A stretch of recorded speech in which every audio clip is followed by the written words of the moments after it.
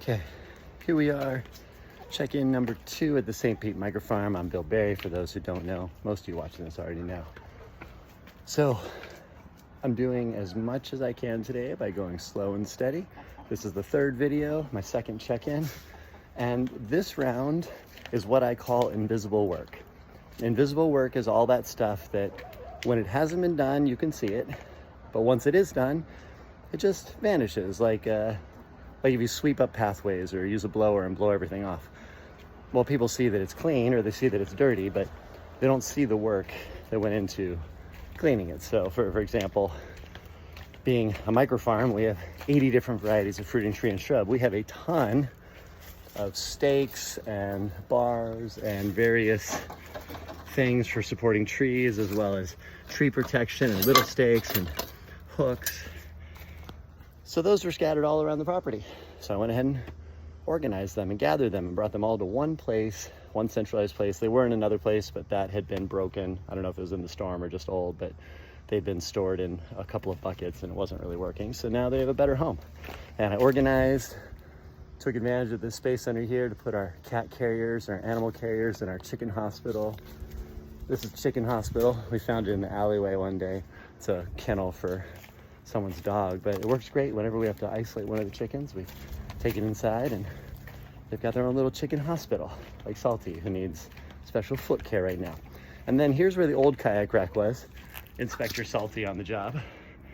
And as soon as I fill these holes in and put away all the posts and everything are removed, well, it'll just be like it was never there before. I don't know if this is gonna work. Come here, Salty. Come here, Salty. I don't know if she's gonna cooperate. Let's put my phone in the dirt. That'll be a good idea. I'm gonna try to show you. She went to the vet yesterday. You wanna show him your feet? You wanna show him your feet? She has bumblefoot. It's kind of hard to see. Oh, they cleaned you up real good. It's not so bad. But if you look, there's black spot right there, and there's another one on this foot. It's okay. Whop. You blop. Blop. You blop, blop. So grouchy. What you doing? Whoop, whoop, whoop. So she went to the vet yesterday to get her bumblefoot. It's a staph infection. She got a little cut on her foot. And, but they gave her a clean bill of health. We just have to soak her in Epsom salts and blow this dirt out of my phone. So we just gotta give her Epsom salt baths a couple times a week, and they gave us an iodine wash. So we'll be doing an iodine wash on her feet to help her get healed up. You happy? Yeah. So that is 3rd video, check-in number 2. And after this, I know there's a million things to do. I'm gonna try to do all the outdoor stuff first while I'm dirty. I still can't do anything on the secondary structure because we're waiting on cabinets. So until the cabinets are ready to come in, they'll come in flat pack, they'll need to be assembled. Huge shout to my buddy Bill Reed for ordering those for me. He's a rock star. And yeah, so when we get the cabinets in, that'll go over there. Yeah, I know there's a huge amount of stuff on the list, but I don't. Oh, actually, you know what? I'll move to the front yard, and I get to move 3 or 4 or 5 loads of dirt in the wheelbarrow to do some terraforming. I don't know if that's the right word, but I need to build up this pathway because we're going to move the whole nursery. What we found is we do not have enough raised bed space on the property. So this nursery here, this whole row of nursery, when we were building out the property and we needed as many plants as possible to get everything filled out, we needed a huge nursery. Now we don't need as big of a nursery. I don't need as many trees in circulation. We could keep a few that we really like. We got an Imbe. What is this one? A Madrono. Oh, we got a Cherry of the Rio Grande in here. Not a Cherry of the Rio Grande, Herbert River Cherry. So I'm super excited about that one. That one is hard to get. But anyway, so those will cycle in as we need. But the downsized nursery is gonna go here.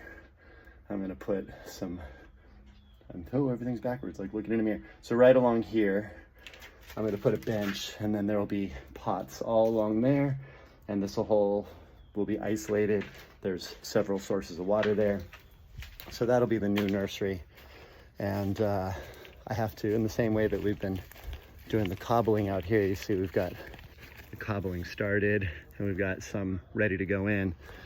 I don't like it when a project is sitting there half done. I like it done and wrapped up. So I'm gonna put in the pathway. It'll basically look like this. So walk with me to the far side of the property.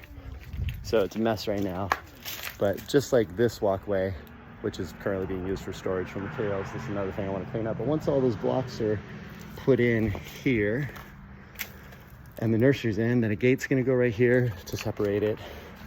This is a lot of stuff, but it's gonna happen. In fact, I think it's gonna happen fast. I'm tired of these things not being done.